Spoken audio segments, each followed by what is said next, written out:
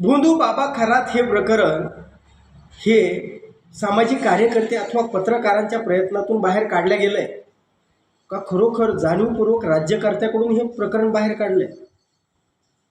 जर हे प्रकरण पत्रकारांच्या प्रयत्नातून अथवा सामाजिक दबावाच्या प्रयत्नातून बाहेर आलं जर असं म्हणावं तर गेली 1 वर्षभर या खरातांच्या विरोधामध्ये तक्रारी देण्यासाठी वणवण भटकणाऱ्यांना कुठं त्यांचा ठाव लागला नाही. त्या भोंदू बाबांच्या विरोधात ज्यांनी तक्रारी केल्या त्यांनाच अडचणीला सामोरं जावं लागलं. म्हणजे एकतर हे प्रकरण खरोखर सामाजिक दबाव किंवा पत्रकारांचे प्रयत्न यातून बाहेर आलं असं म्हणायला थोडासा म्हणजे शंका वाटते. बरं, हे मग राज्यकर्त्यांच्या आंतरिक इच्छेतून बाहेर आलं आहे का? म्हणजे त्यांच्याकडं पूर्वीच अशा काही या पेंडिंग फाईल असाव्यात आणि मग नंतर त्या जाणीवपूर्वक वेळेचं नियोजन करून बाहेर काढल्या गेल्या. कारण तसं जर नसेल तर ते आत्ताच का बाहेर आलं? बरं, आत्ताच आलं पण त्याच्यामध्ये जी नावं आली ना ती नावं सत्तेच्या वळचणीला असणाऱ्यांचीच जास्तीची होती.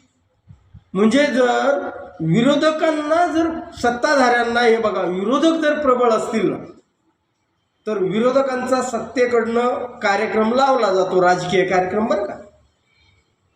पण जर सत्तेमधले जर विरोधक प्रबळ होऊ नयेत म्हणून ज्यावेळी शंका येते त्यावेळी सत्ता ही अंतर्गत गोष्टी योग्य त्या माणसाच्या हातामध्ये बाहेर देते आणि मग बाहेरची माणसं सरकारवर दबाव जाणीवपूर्वक वाढवतात. म्हणजे हे प्रकरण एकदम अशातलंच दिसतंय असं वाटतंय. कारण हे सरकारनं जाणीवपूर्वक आणि त्यातल्या त्यात देवेंद्र फडणवीसांचा यामध्ये कुणीच हात धरू शकत नाही. महाराष्ट्रामध्ये 70,000 कोटींचं प्रकरण अजितदादावर जर नसतं तर कल्पना करावं. किंवा कारखान्याची जी प्रकरणं त्यांनी म्हणजे कारखाने गिळले, पवारांनी कारखान्यांचं फार वाटोळं केलं, सहकार गिळला म्हणूनच त्या देवेंद्र फडणवीसांच्या सरकारनं त्यांनी म्हणजे त्या चौकशा लावल्या, ईडींच्या चौकशा त्यासाठीच लावल्या होत्या ना.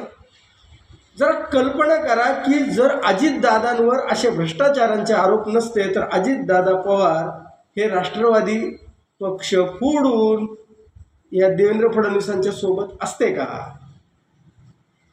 तर याचं उत्तर आहे नाही, असंच द्यावं लागणार आहे. आणि अगदी तीच गोष्ट आहे हो, एकनाथ शिंदेचे सहकारी आणि एकनाथ शिंदे जर खरोखर अडचणीत नसते तर ती कदाचित अजितदादांची एवढी अडचण नसेल. पण इथं मोह प्लस अडचण आहे, म्हणजे लोभ, म्हणजे मुख्यमंत्री पदाचा लोभ प्लस अडचणी दोन्ही होत्या. म्हणून तर एकनाथ शिंदे म्हणजे उद्धव ठाकरेला सोडून आले. म्हणजे या गोष्टीमध्ये ज्या सगळ्यांच्या फायली बरोबर हाताशी धरायच्या, घेऊन ठेवायच्या, म्हणजे एक प्रकारे राजकीय कुंडली सगळ्या सत्ताधाऱ्यांची, विरोधकांची नाही, जेवढे विरोधकांच्या सत्ता कुंडल्या आल्या त्यांच्याकडे या जन्म राजकीय कुंडल्या ते आता सत्तेमध्ये, त्या सगळ्यांच्या सत्ताधाऱ्यांच्या राजकीय कुंडल्या एकमेव त्या कुंडल्यावर बसलेला नेता, त्याला चाणक्य म्हणतात त्यांचे भक्त, पण तो चाणक्य नाही, तो राजकीय दृष्ट्या ब्लॅकमेल करण्यामध्ये नंबर 1चा कर्तबगार व्यक्तिमत्व असलेलं. म्हणजे जर राजकारणाच्या हेतून बघितलं या गोष्टीकडं तर हे कदाचित योग्यही असेल, पण ज्यावेळेस सामाजिक धार्मिक नैतिकतेच्या दृष्टिकोनातून तुम्ही जर बघाल ना तर हे किळसवाणं घाणेरडंच कृत्य म्हणावं लागतं. म्हणजे जे नैतिकतेच्या चौकटीमध्ये बसू शकत नाही. सामाजिक आणि धार्मिक म्हणतोय मी, कदाचित राजकीयमध्ये म्हणजे काय म्हणतात ना ते काय युद्धात आणि प्रेमामध्ये सगळं काही माप असतं, अगदी तसं हे राजकारण आहे, त्यामध्ये हे बसू शकतं राजकारणाच्या ह्याच्यामध्ये. एकनाथ शिंदे आणि अजित पवारांचा दुर्दैवानं अपघात झाला. म्हणजे ते आणले पक्षामध्ये, पण जर आता सत्तेमध्ये आल्यानंतर जे वाटे द्यावे लागतात ना सत्तेतले, ते कुठंतरी जास्तीचे जर द्यावे लागले ना, मग माणसाला नाही सहन होत. मग सत्तेचा वाटा मी देईल तेवढा तुमच्या ताटात टाकेल किंवा मी तुमच्यासमोर फेकेल तेवढं तुम्ही उचलायचं, बाकी डोकं नाही लावायचं. आणि जर लावणार असाल तर मग तुमच्या कुंडल्या माझ्या हातामध्ये आहे. मग अजितदादांचा अपघात झाला आहे, त्यांचा तर अपघाती मृत्यू झाला आहे. मग त्यांच्या पक्षामधले मोरखे, म्हणजे आता त्या रुपाली चाकणकर म्हणाल तुम्ही मोरख्या, त्याचं अंगलनं नाही. सुनील तटकरे हे या राज्याचे त्या पक्षाचे प्रमुख आहेत. हो, पक्षाचा प्रमुख म्हणजे त्या पक्षाचा राजकीय चेहरा जे असतोच ना. भलेही पवारांच्या पक्षात नसेल, म्हणजे शरद पवारांच्या, पण फोडून बाहेर आलेल्या पक्षामध्ये सुनील तटकरेंचं वजन खूप प्रचंड होतं म्हणतात. आणि त्याला कारण साहजिक आहे की महाशक्तीचं पाठबळ असेल तर पवारांचा कशा चाललाय पक्ष, तो भाजपचाच पक्ष ना. मग त्या पक्षातल्या बरोबर रुपाली चाकणकर, सुनील तटकरे यांची नावं बाहेर येतात. आणि एकनाथ शिंदे, दीपक केसरकर यांची नावं अग्रक्रमानं येतात. म्हणजे इकडच्या पक्षाचा म्होरक्या आणि इकडच्या पक्षाचा म्होरक्या ही नावं बाहेर येतात. म्हणजे याचा अर्थ कुठंतरी हे प्रकरण योग्य त्यावेळी बाहेर काढून या दोन्हीही राजकीय पक्षांच्या नाकात व्यसन घालण्याचा हा प्रकार वाटतो. नाही तर याची चौकशी कशी झाली असती? जर खरोखर चौकशीच करायची असती तर या प्रकरणाची चौकशी अशी झाली नसती का की ज्यांचे फोन त्या भोंदूबाबाला गेले त्यांना आत्तापर्यंत चौकशीचे समन्स आले असते.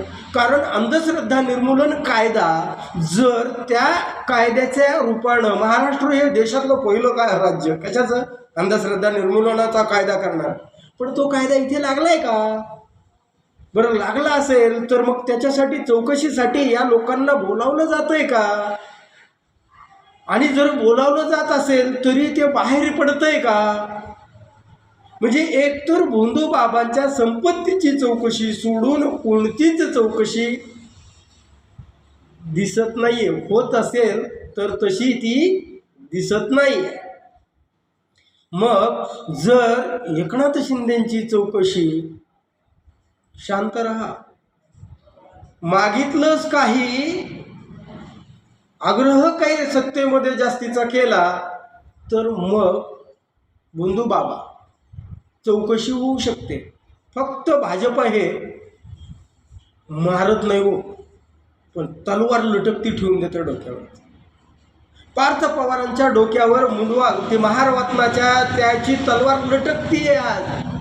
अजितदादांच्या त्या प्रकरणाची सुद्धा पूर्णपणे, कधी भाजपचे प्रवक्ते बोलायला लागले का ते म्हणतात त्यात क्लीन चिट नाही, प्रकरणं कायदेशीर संपुष्टात येतील किंवा ते कायदेशीर होईल. म्हणजे ते कधीच अजितदादांना निर्दोष म्हणत नाहीत बरं का ते बोलताना. पार्थ पवारांच्या डोक्यावर लटकते तलवार, सुनील तटकरे येते आता त्यांच्यावर चौकशीची बोटं कापले म्हणून चौकशी 1 मिनिटामध्ये गृह मंत्रालय करू शकतं जर वेळ आली तर. रुपाली चाकणकर त्या चौकशीसाठी येऊ शकत नाही म्हणल्या, लांबचा प्रवास झेपत नाही. पोलीस किंवा ती यंत्रणा कितव्या मिनिटात घेऊ शकते हो तपास करायचा असेल तर. आणि आता हे एकनाथ शिंदे, दीपक केसरकर यांच्या प्रतिमा, आता एकच गोष्ट यांच्याकडे, एकनाथ शिंदेंनी राग आला तर शेती करायला दरे गावामध्ये जायचं आणि आपल्या त्या ॲपलला ते काय जे स्ट्रॉबेरी असेल त्याला खत पाणी करत बसायचं. देवेंद्र फडणवीसांसमोर मान वर करून बघायचं नाही. म्हणजे एक तर हा प्रकार, म्हणजे हा भोंदूबाबाचं प्रकरण, म्हणजे राज ठाकरेंनी जसा संशय व्यक्त केला की हे प्रकरण म्हणजे काहीतरी कुणाचा तरी राजकीय कार्यक्रम करायचा आहे. कारण हे गृह मंत्रालयाकडे पूर्वी 3 महिन्यापूर्वीच येऊन पडलं होतं म्हणे, पण त्या आत्ताच कसं आलं, त्या पाठीमागे खरं तर म्हणजे देवेंद्र फडणवीसांचा, ह्या एकनाथ शिंदेंचा, त्यांच्या शिवसेनेचा, अजितदादांच्या त्या राष्ट्रवादी काँग्रेस पक्षाचा राजकीय कार्यक्रम लावण्याचा हा प्रकार असू शकतो का? का सत्तेमध्ये वाटणी कमी द्यावी लागावी यासाठी यांच्या म्हणजे राजकीय वारू त्याच्या नाकामध्ये व्यसन घालण्याचा हा प्रकार देवेंद्र फडणवीसांनी केला आहे का? आणि देवेंद्र फडणवीस यांचं राजकारण हे सामाजिक आणि धार्मिक नैतिकतेमध्ये बसतं का? कारण धार्मिक यासाठीच, कारण हिंदुत्वाचे नगारे पिटणारे हीच लोक डोल बडवणारे, म्हणून हा विचारावा असा वाटतो की हे धार्मिक आणि सामाजिक नैतिकतेमध्ये हे प्रकरण बसतं का?